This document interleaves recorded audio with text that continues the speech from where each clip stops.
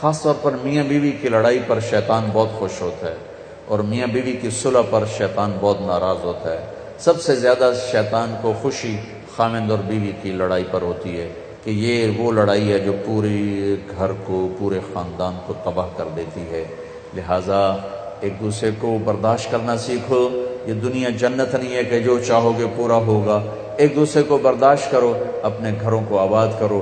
اللہ نے عورتوں کو نہیں کہا، مردوں سے کہا عاشرہن بالمعروف، اپنی بیویوں کے ساتھ اچھا سلوک کرو۔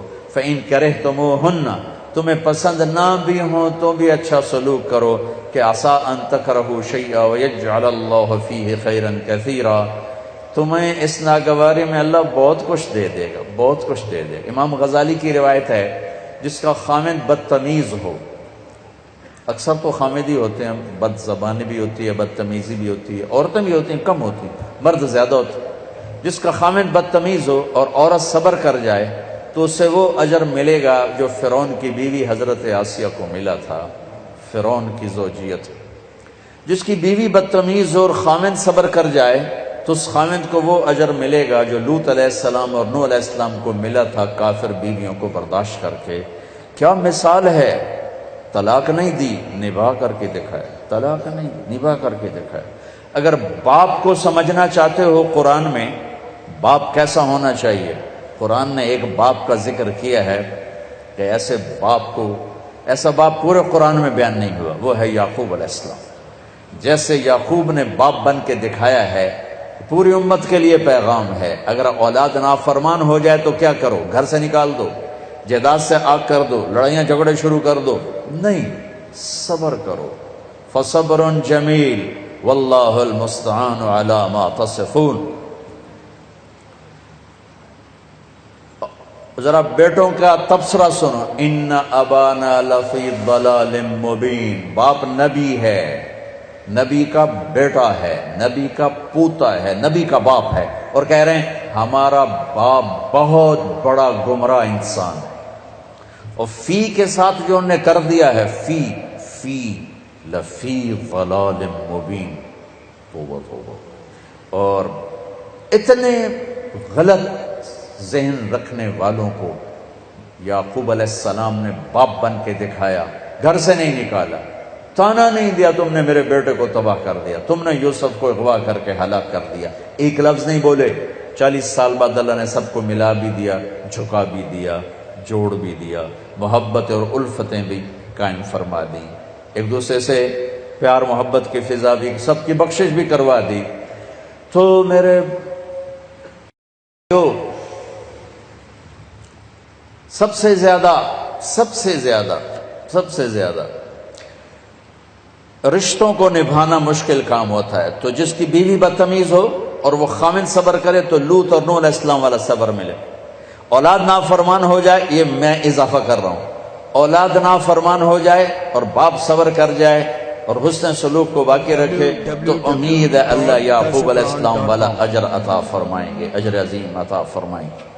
ایک بہت بڑے بزرگ ہیں، ان کی بیوی بڑی بدتمیز، ان کا ایک مرید ان کو ملنے آیا، وہ گئے ہوئے تھے جنگل، اس نے دروازے پر دستک دی کہ میرے پیر ہیں۔ وہ کہنے کہ تیرے پیر دی بھی ایسی تیسی تے نال تیری بھی ایسی تیسی، نال چنگیاں سلواتاں پڑھ سنائیں۔ اسے کہلے بھی اے کی بنی، تو اندر ہی کام بگڑیا پیا۔ اس نے دائیں بائیں پوچھا میرا پیر کدھر ہے؟ انہوں نے کہا ادھر جنگل گئے تھے۔ وہ جنگل کو چل پڑا، آگے دیکھا تو وہ لکڑیاں کاٹ کے شیر پر لاد کے آ رہے تھے، شیر پر۔ تو وہ حیران ہو کر کہنے لگا پیر سائیں اے بیگم تک قابو آئی نہیں تھی، شیر کے میں قابو آ گیا۔ وہ کہنے لگے میرا پتر اودیاں سہ کے اللہ نے شیر میرے قابو کر دیتے، اودیاں سہ کے رب ہے شیر میرے قابو کر دیتے۔ دیکھو بھائیو، یہ جنت نہیں ہے، یہ لڑائی جھگڑے کی جگہ ہے۔ تو صلح کرو، صلح کرو، صلح۔ بڑوں کا کام ہے، عام طور پر سسرالی معاشرہ تباہی پھیرتا ہے، صلح کا کردار ادا نہیں کرتا، آگ بھڑکاتا ہے۔ تو میں سب سے پاک گھر کی مثال دیتا ہوں، سب سے پاک سب سے پاک جوڑا نبیوں کے بعد علی و فاطمہ۔ ہمارے نبی گھر میں آئے بیٹی کے، تو اب تھوڑا غمگین بیٹھے۔ آپ نے کہا کیا ہوا؟ کہا میرا اور علی کا جھگڑا ہو گیا۔ کہا علی کدھر ہے؟ کہیں باہر نکل گئے۔ تو آپ نے خود علی کی تلاش میں نکل پڑے، یہ نہیں کہا میں بیٹی کا باپ ہوں، میں کیسے جاؤں داماد کے پاس۔ آپ خود چل پڑے تلاش کرنے۔ دیکھا تو حضرت علی مسجد میں لیٹے ہوئے تھے، تو چادر اتر، کرتا ذرا اوپر چڑھ گیا تھا تو کمر پر مٹی کے لگی ہوئی تھی، تو آپ آ کر بیٹھ گئے اور یوں اٹھائے، قم یا ابا تراب، بڑے پیار سے کہا ابو تراب اٹھو۔ ابو تراب کا مطلب تھا کہ مجھے پتہ چل چکا ہے تمہارا دونوں کا جھگڑا، لیکن تو مجھے ویسا ہی پیارا ہے جیسے پہلے پیارا تھا، یہ پیغام ہے ابو تراب میں۔ اب لائے گھر آئے اور یوں لیٹ گئے، دیکھو جیسے میں لیٹ زمین پر ایسے لیٹ، ادھر حضرت علی کو لٹایا، ادھر حضرت فاطمہ کو لٹایا، حضرت علی کا ہاتھ پکڑا اور یہاں رکھا، یہاں حضرت فاطمہ کا ہاتھ پکڑا اور یہاں رکھا، ٹھیک ہو دیکھ رہے ہو؟ پھر اپنا ہاتھ فاطمہ کے ہاتھ پر رکھا، یہ علی کا ہاتھ پیٹ پر، یہ زہرا کا ہاتھ علی کے ہاتھ پر، اور یہ نبی کا ہاتھ بیٹی کے ہاتھ پر، ٹھیک ہو گیا؟ سمجھ میں آ گئی صورت؟ آپ نے کہا بولو دونوں ہماری صلح ہو گئی، دونوں بولو ہماری۔ نہیں پوچھا ہاں بھائی علی کیا مسئلہ ہے، ہاں بھائی فاطمہ کیا مسئلہ ہے، مسئلے پوچھنے والے ہور لڑائی پواتے آ جاندے، یاد رکھنا اگر صلح کرانی ہو مسئلے نا، ہاں بھائی کی گل ہے، تو دس بھائی کی گل ہے، تو دس بھائی کی گل ہے، تو دس بھائی کی گل ہے، وہ ڈھیر چوکھا جھگڑا پاتے آ جاندے، پہلے نالوں میں کم اگاں لگا جاندہ ہے۔ آپ نے نہیں پوچھا علی ہاں کیا ہوا، بات دو کیا، چلو بولو صلح ہو گئی۔ انہوں نے کہا جی ہماری صلح ہو گئی۔ بس آپ اٹھے باہر نکلے، اتنا خوش کہ آپ کے یہاں سے نور نکل رہا تھا ایسے جگمگ۔ تو صحابہ نے کہا یا رسول اللہ بڑے خوش نظر آ رہے ہیں۔ کہا علی و فاطمہ کی صلح کرا کے آ رہا۔ میرے بھائی بہنوں، صلح سے رہو، محبت سے رہو، یہ گزرگاہ ہے، گزر جائے گی۔ یہاں آئیڈیل لائف تلاش کرو گے نہیں ملے گی، گزارا ہی کرنا ہے، گزارا ہی کرنا ہے۔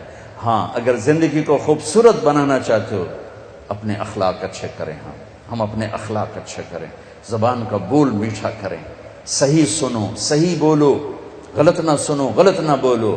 دیکھو انسان سب سے زیادہ اپنے آپ سے پیار کرتا ہے، سب سے زیادہ اپنے آپ سے پیار، اپنی وجہ سے ہر ایک سے لڑتا ہے، بیوی سے، بچوں سے، ماں سے، باپ سے، بھائی سے۔ تو تم چاہو گے کہ اپنے آپ کو گندا کرو، اگر آپ کسی سے نفرت کرو گے تو وہ گندے جذبات آپ کے اندر جائیں گے، آپ کے اندر گندگی بھر جائے گی۔ اپنے آپ کو گندا کرنا چاہو گے؟ کسی کی غیبت سنو گے تمہارے اندر گندگی بھر جائے گی، اپنے آپ کو گندا کرنا چاہتے ہو؟ کسی کی برائی سنو گے تمہارے اندر زہر بھرے گا، اپنے آپ کو زہریلا بنانا چاہتے ہو؟ ایک نئی ریسرچ آئی ہے، جو لوگ نیگیٹو سوچتے ہیں، نیگیٹو بولتے ہیں، انہیں جم جانے کا کوئی فائدہ نہیں، کیونکہ کھوپڑا خراب ہوئے ہوا ہے، اوپر سے میسج سارے نیگیٹو جا رہے ہیں، جتنے مرضی ڈانڈ بیٹھ کا کٹی جاوے یہ دے پلے کا نہیں پڑنا۔ اور جو لوگ پازیٹیو سوچتے ہیں انہیں جم جانے کی ضرورت نہیں ہے، اوپر سے میسیجنگ اتنی خوبصورت آ رہی ہے کہ ساری باڈی ریلیکس ہو جاتی۔ میرے نبی نہ کسی کی غیبت سنتے تھے نہ کرتے تھے، نہ غیبت کرو نہ غیبت سنو، نہ غیبت کرو نہ غیبت سنو، نہ برائی دیکھو نہ برائی سنو۔ انسان کے اندر نیگیٹو پازیٹیو نہیں ختم ہو سکتا، نہیں، ٹھیک ہے؟ اب نیگیٹو کدھر چل رہا ہے؟ یہ امجد کیا کرتا ہے، یہ احسان کیا کرتا ہے، یہ یوسف کیا کرتا ہے، ساری نیگیٹیوٹی ادھر جا رہی، ادھر جا رہی، ادھر جا رہی، ادھر جا رہی۔ اب تم کیا کرو گے؟ اس کو بند کر دو، مجھے یوسف کو نہیں دیکھنا، مجھے آصف کو نہیں دیکھنا، لیکن نیگیٹیوٹی تو ہے، وہ جائے گی کہاں؟ اب تمہارے اوپر اللہ کا احسان ہوگا، پھر اللہ تمہیں اپنے نیگیٹو دکھانا شروع کر دے گا۔ تمہاری جو نیگیٹو طاقت ہے نا وہ تمہارے اپنے عیب دیکھنا شروع کر دے گی۔ جب تم اپنے عیب دیکھو گے تو پھر تمہیں اپنے آپ کو بنانے کا فکر پیدا ہو جائے گا، فکر پیدا ہو جائے گا، فکر پیدا ہو جائے گا، اور تمہیں اپنے عیب نظر آ جانا اللہ کی بہت بڑی بلیسنگ، بہت بڑا انعام ہوگا۔ ورنہ لوگ غفلت کی موت مر جاتے ہیں اپنے آپ کو اچھا سمجھتے سمجھتے اور اوروں کو برا سمجھتے سمجھتے۔